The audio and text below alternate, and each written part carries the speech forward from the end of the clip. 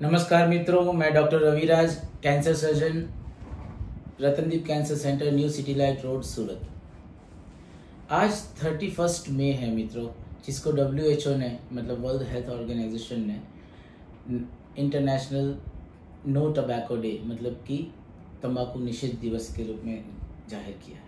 हम सब ये दिन को मनाते हैं। आज मैं आपसे तंबाकू के बारे में और तंबाकू और कैंसर के रिलेशन के बारे में कुछ बताऊंगा।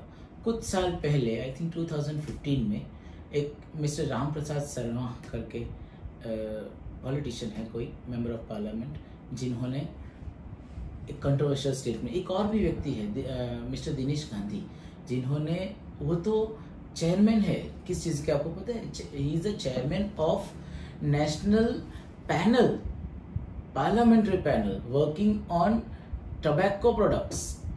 सो ऐसे लोग भी, रिस्पॉन्सिबल लोग भी ऐसे स्टेटमेंट दिए हुए हैं कि ऐसा कोई रिसर्च नहीं है कि जिससे कंक्लूसिवली कहा जाए कि कैंसर तंबाकू से ही होता है। ऐसा उन्होंने मिस्टर राम प्रसाद शर्मा ने तो ऐसा भी बताया कि मेरे कुछ दोस्त हैं कि जो रोज दिन 50-60 सिगरेट पीते हैं और 5-6 बोतल दारू पी जाते हैं, उनमें से कुछ जिंदा है, कुछ मर गए, तो आप कैसे बोल सकते हो कि तंबाकू से ही कैंसर हुआ है? कैंसर तो पापों का नतीजा है। ये सब चीजें जो है, ऐसा क्यों होता है? Forget about the politicians. हमारे एक समाज में हम लोग भी देखते भी है, ऐसा नहीं कि सिर्फ मान्यता, देखते भी है कि कुछ लोगों को कैंसर है, कुछ लोगों को नहीं है। कुछ लोग तंबाकू खाते हैं फिर भी नहीं होता है, कुछ लोग नहीं भी खाते हैं तो भी हो जाता है। तो ऐसा तो जरूरी नहीं है। तो ऐसा क्यों है ये मैं आपको समझाऊं। सबसे पहले तंबाकू के कैंसर होने के कारण मैं समझाता हूँ। अच्छा, आपको एक बात बताऊं, IARC नाम की एक ऑर्गेनाइजेशन है, international agency for research on cancer. IARC नाम की एक इंटरनेशनल ऑर्गेनाइजेशन है, जिन्होंने अब तक वर्ल्ड में ह्यूमन कैंसर डेवलप करने वाले 120 केमिकल्स, 120 केमिकल्स आइडेंटिफाई किए हैं कि ये 120 प्रकार के केमिकल्स ऐसे हैं जिससे इंसान के शरीर में कैंसर हो सकता है। अब उसमें से 72 टाइप्स के कैंसर केमिकल्स ऐसे हैं जो तंबाकू प्रोडक्ट में पाए जाते हैं। 120 में से 72 ऐसे हैं कि जो तंबाकू प्रोडक्ट्स में पाए जाते हैं। कुछ नाम बताऊं, जैसे कि polycyclic aromatic hydrocarbons, and nitrosamines, aromatic amines, heterocyclic amines, aldehydes and toxic chemicals. अच्छा, ये तो बहुत सारे ग्रुप हैं, डिफिकल्ट नेम से। कुछ एक चीज बताऊं कि टॉक्सिक केमिकल्स, आपने सुना है मैगी नाम का एक नूडल जो पिछले 1-2 साल पहले बैन हो गया था क्योंकि उसमें लेड पाया गया था। अब ये लेड जो है वो कैंसर डेवलप करता है। तो तंबाकू में जो हैवी मेटल्स है उसमें ना सिर्फ लेड, आर्सेनिक, क्रोमियम, कैडमियम, ऐसे काफी टॉक्सिक केमिकल्स पाए जाते हैं। मेरा कहने का मतलब ये है कि अब तक इनफ रिसर्च है, आउट ऑफ 120 केमिकल्स, 120 केमिकल्स जो इंसान के शरीर में कैंसर डेवलप करते हैं, उसमें से 72 टाइप्स ऑफ कैंसर केमिकल्स जो है वो तंबाकू प्रोडक्ट में ही पाए गए। अच्छा, ये जो ज्यादातर रिसर्च हुए हैं वो रिसर्च सारे के सारे स्मोक के ऊपर, सिगरेट स्मोक के ऊपर हुए हैं, जबकि इंडिया में तो सबसे ज्यादा कॉमन है गुटखा। अब ये गुटखा में स्मेल, अच्छी फ्रेग्रेंस और अच्छा टेस्ट मिलाने के लिए कुछ और भी केमिकल्स डाले जाते हैं, जिसके ऊपर तो अभी स्टडी भी नहीं किया गया है। तो बहुत सारे केमिकल्स ऐसे हैं कि जो कैंसर कर सकते हैं, जो तंबाकू प्रोडक्ट्स में होते हैं। तो ये कैंसर करते कैसे हैं ये तो हमने बोल दिया, साइंस ने अपना रिसर्च भी कर लिया, लेकिन कम्युनिटी के पास, आप सबके पास ये मेथड्स कैसे पहुंचाई जाए कि ये सब चीजों से कैंसर होता है। तो आज मैं आपको थोड़ा साइंस के बारे में बताता हूँ। थोड़ा डिफिकल्ट होगा, थोड़ा कॉम्प्लिकेटेड होगा, कुछ टर्मिनोलॉजीज ऐसी होंगी कि जो शायद आप पहली बार सुने। मैं जितना हो सके सिंप्लीफाई करके आपको समझाता हूँ कि ये सारे केमिकल्स जिससे कैंसर होता है, जिसको हम बोलेंगे कार्सिनोजेंस। अब ये कार्सिनोजेन से कैंसर कैसे होता है, वो मेथड आपको थोड़ा साइंटिफिक वे में आपको समझाता हूँ। देयर आर 3 पाथवेज, 3 रास्ते, 3 तरीके होते हैं जिससे ये कार्सिनोजेन जो है वो कैंसर डेवलप करते हैं। एक जेनेटिक पाथवे बोला गया है और 2 एपिजेनेटिक पाथवे बोला गया है। अच्छा, ये क्यों होता है? हमने पहले भी आप सबने सुना होगा, मेरे एक आगे की वीडियो में भी आपने जाना है कि कैंसर एक्चुअली है क्या। कैंसर है कि DNA का abnormal function, cell DNA multiplication, मतलब कि कोश विभाजन की जो प्रक्रिया है उसका एबनॉर्मल फंक्शन होने की वजह से कैंसर होता है, ये हम सब जानते हैं अभी। ठीक है, तो अभी ये डीएनए में ही कुछ गड़बड़ हुई, जेनेटिक, डीएनए इज जीन, तो जेनेटिक पाथवे और दो एपिजेनेटिक मतलब जेनेटिक के आसपास के पाथवे। जेनेटिक पाथवे में क्या होता है कि ये जो कार्सिनोजन होते हैं वो डीएनए के साथ कोवैलेंट बॉन्ड बनाते हैं।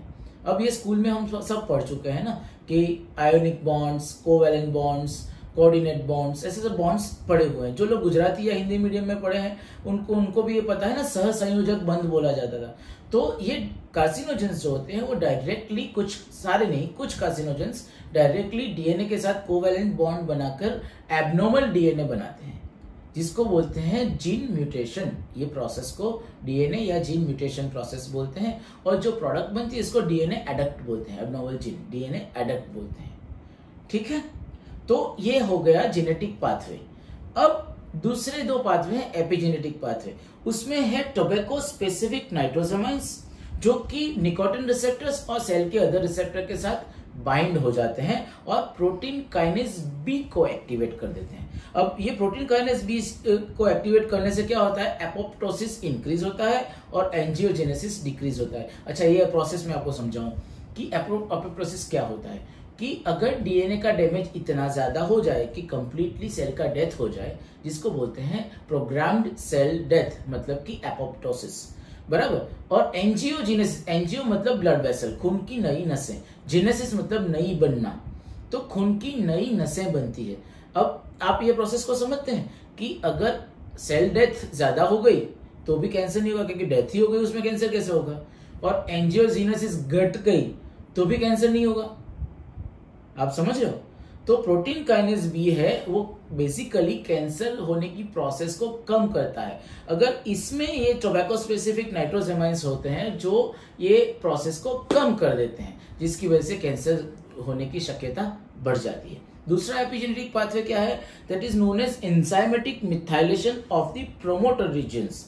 इससे जेनेटिक साइलेंसिंग हो जाता है, मतलब कि जीन जो है उसका फंक्शन साइलेंट हो जाता है, काम करना बंद कर देता है। तो उससे क्या होगा, अच्छा इसके लिए मैं आपको ये बताऊं कि there are two types of genes. Body में बहुत सारे टाइप्स ऑफ जीन्स है, body genes, performance genes, sex genes और कैंसर जीन्स। अभी हम कैंसर जीन के बारे में बात करते हैं। तो कैंसर के रिलेटेड जीन्स जो है वो दो टाइप के होते हैं, प्रोटो ऑन्कोजीन्स। प्रोटो ऑन्कोजीन्स मतलब कि जिससे कैंसर की प्रोसेस को प्रमोशन मिलता है। ऑन्कोजीन्स, ऑन्कोजेनेसिस, इसको कैंसर की प्रोसेस को ऑन्कोजेनेसिस बोलते हैं। तो प्रोटो ऑन्कोजीन्स जो होते हैं वो जो है वो कैंसर की प्रोसेस को बढ़ावा देते हैं। और दूसरे होते हैं ट्यूमर सप्रेसर जीन्स, मतलब कि ट्यूमर होने की प्रोसेस को सप्रेस करते हैं। ये बॉडी में नॉर्मली अवेलेबल जीन्स है, बराबर। अभी ये जो एंजाइमेटिक मिथाइलेशन प्रोसेस मैंने बताया टोबैको की वजह से, इससे ये अगर मान लो कि ये प्रोसेस अगर ट्यूमर सप्रेसर जीन पे हुई तो उसका साइलेंसिंग हो जाएगा, और ट्यूमर सप्रेसर जीन का साइलेंसिंग हो गया तो कैंसर की प्रोसेस बढ़ जाएगी। आप समझे। तो देयर आर 72 केमिकल्स, फिर से आपको बताता हूं, 120 में से 72, 120 में से 72 केमिकल्स ऐसे हैं। टोटल पूरे वर्ल्ड में 120 केमिकल्स आइडेंटिफाई हुए जिससे कैंसर होता है, जिसमें से 72 टोबैको प्रोडक्ट्स में होते हैं। और there are different proven pathway, genetic and epigenetic pathways कि जिससे कैंसर होता है। आप समझ रहे हो। तो मेरे कहने का मतलब यह है कि तंबाकू के उत्पाद खाने से, टोबैको प्रोडक्ट यूज करने से, या तो आप स्मोकिंग में लो या गुटखा की तंबाकू की तरह खाओ, ये सबसे कैंसर होने की संभावना बहुत बढ़ जाती है। ये तो हम समझ रहे हैं। तो फिर भी अभी तो ये क्वेश्चन का आंसर नहीं मिल रहा है। हमने ये शुरुआत की थी, या ज्यादातर समाज में जो क्वेश्चन है उसका आंसर देने के लिए हम बात कर रहे हैं कि भाई सबको क्यों नहीं होता है। ठीक है, तो ये इसके बारे में अभी बात करते हैं। हमारा बॉडी हर एक चीज को रिएक्ट करता है। जैसे कि अभी ये पैंडेमिक चल रहा है कोरोना का, तो हम लोग क्या बात कर रहे हैं, सब जगह भी गवर्नमेंट भी बोल रही है, सब लोग बोल रहे हैं इम्यूनिटी बढ़ाओ, इम्यूनिटी बढ़ाओ, इम्यूनिटी बढ़ाओ। मतलब अगर आपका बॉडी डिफेंस सक्षम है, पावरफुल है, तो आपको कोरोना वायरस लगना नहीं है। ऐसे ही कैंसर के लिए भी जो इम्यून सिस्टम काम करती है, ये इम्यून सिस्टम है वो ज्यादातर सेल्यूलर और बायोकेमिकल लेवल पर रहती है, जेनेटिक लेवल पर रहती है, बॉडी लेवल पर नहीं रहती है, जिससे एक सेल के अंदर कैंसर की प्रोसेस शुरू होनी है कि नहीं होनी है, वो डिसाइड होता है। सबसे पहले एक समझें कि जो भी कार्सिनोजन अपने शरीर में आते हैं वो सीधा डीएनए के ऊपर डैमेज कर भी पाए और ना भी कर पाए। क्यों? जैसे कि हमने खाना खाया, मान लो कि खाना खाते हैं तो हम क्या खाते हैं, दाल चावल रोटी सब्जी ऐसा खाते हैं। ये तो कॉम्प्लेक्स चीजें है ना। अपना बॉडी में जो न्यूट्रिशन यूज होता है, अपना बॉडी जिससे ग्रो होता है और परफॉर्म करता है, वो कुछ किससे करता है, बेसिक एलिमेंट से, जैसे कि प्रोटीन्स, कार्बोहाइड्रेट्स, उसमें भी बेसिक शुगर्स, कॉम्प्लेक्स शुगर्स, ऐसा प्रोटीन्स के अंदर भी अमीनो एसिड्स और ये सब, फैट्स के अंदर भी फैटी एसिड्स और कोलेस्ट्रॉल्स और नॉन कोलेस्ट्रॉल्स और ये सब आता है, एसेंशियल फैटी एसिड्स, सब आजकल सब लोग ये सब जानते ही हैं। तो व्हाट आई मीन टू से कि हम जो खाना खाते हैं उसके अंदर मेटाबॉलिज्म की, बॉडी के अंदर मेटाबॉलिज्म की प्रोसेस होती है और उससे ये खाना जो खाते हैं उसमें से बेसिक केमिकल्स डेवलप होते हैं, बेसिक एलिमेंट्स डेवलप होते हैं जिससे अपना बॉडी सस्टेन करता है। इसको बोलते हैं मेटाबॉलिक, गुजराती हिंदी वालों के लिए मैं बोलूं चयापचय की क्रिया बोलते हैं इसको। तो ये मेटाबॉलिक एक्टिविटी जो है वो जरूरी होती है कोई भी केमिकल को सेल्यूलर लेवल पर फंक्शन कराने के लिए।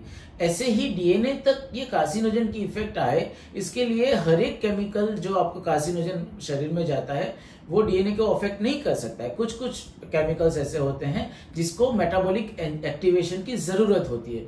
साइटोक्रोम P450 ग्रुप के जो एंजाइम्स हैं वो कार्सिनोजन के मेटाबॉलिक एक्टिवेशन के लिए रिस्पॉन्सिबल होते हैं।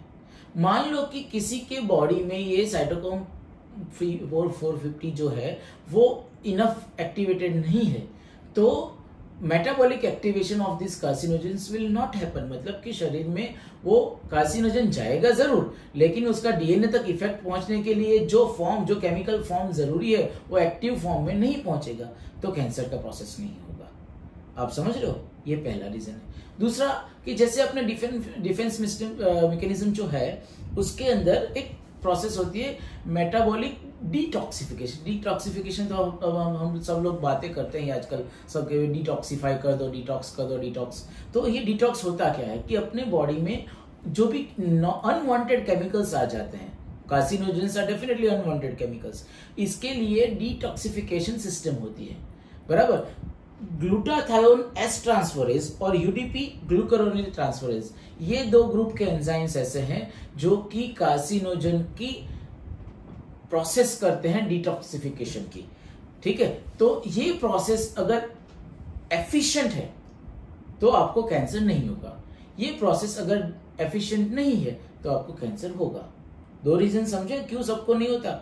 और सबसे इंपॉर्टेंट रीजन जो है वो मैं अब बोलता हूं, जिसको बोलते हैं सेल्यूलर रिपेयर सिस्टम। अपना हर एक सेल एक बार डैमेज हो भी गया अपने आप रिपेयर होने की कैपेसिटी रखता है। बहुत सारे वेराइटीज है रिपेयर सिस्टम की, मैं आपको बताऊं। Direct base repair by the alkyl transferase, excision of DNA damage, nucleotide excision repair, mismatch repair, double strand repair, बहुत सारे टाइप्स है। ये सारे टाइप्स जो है उनमें से कोई एक या ज्यादा टाइप से ये सेल्यूलर रिपेयर बन जाता है। मतलब डीएनए डैमेज हुआ, डीएनए एडक्ट्स बने, सेल के अंदर डैमेज शुरू हुआ, लेकिन ये प्रोसेस के दौरान सेल अपने आप को रिकवर कर लिया, रिपेयर कर लिया। अगर ये रिपेयर हो जाता है तो डेफिनेटली कैंसर नहीं होता।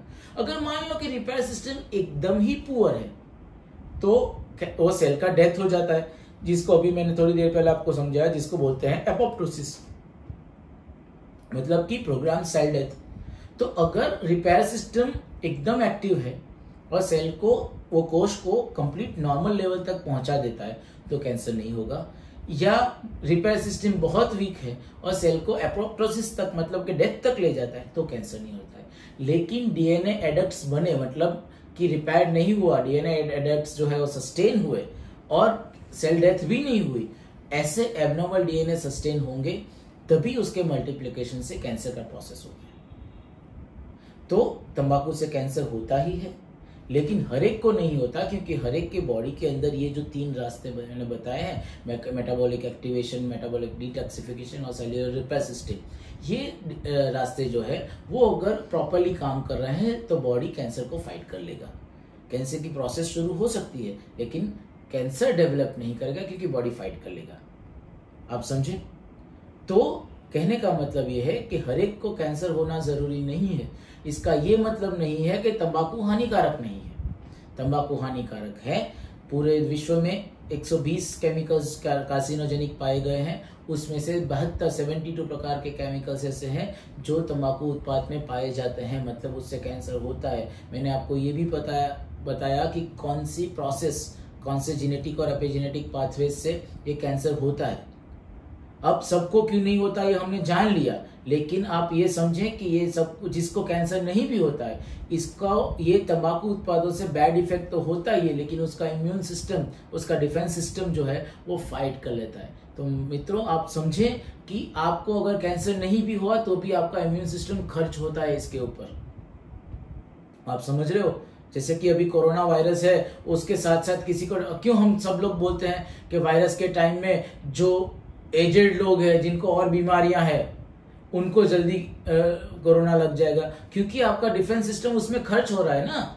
तो ऐसे ही तंबाकू उत्पाद में अगर आपको कैंसर नहीं भी होगा, आपका डिफेंस सिस्टम उसमें खर्च हो रहा है। तो मेरा आप सबसे रिक्वेस्ट है कि गलत फहमियों में मत पड़िए, इल्यूजन्स में मत पड़िए। टबैको हानिकारक है, टबैको और टबैको प्रोडक्ट से दूर रहिए। Thank you. Stay healthy.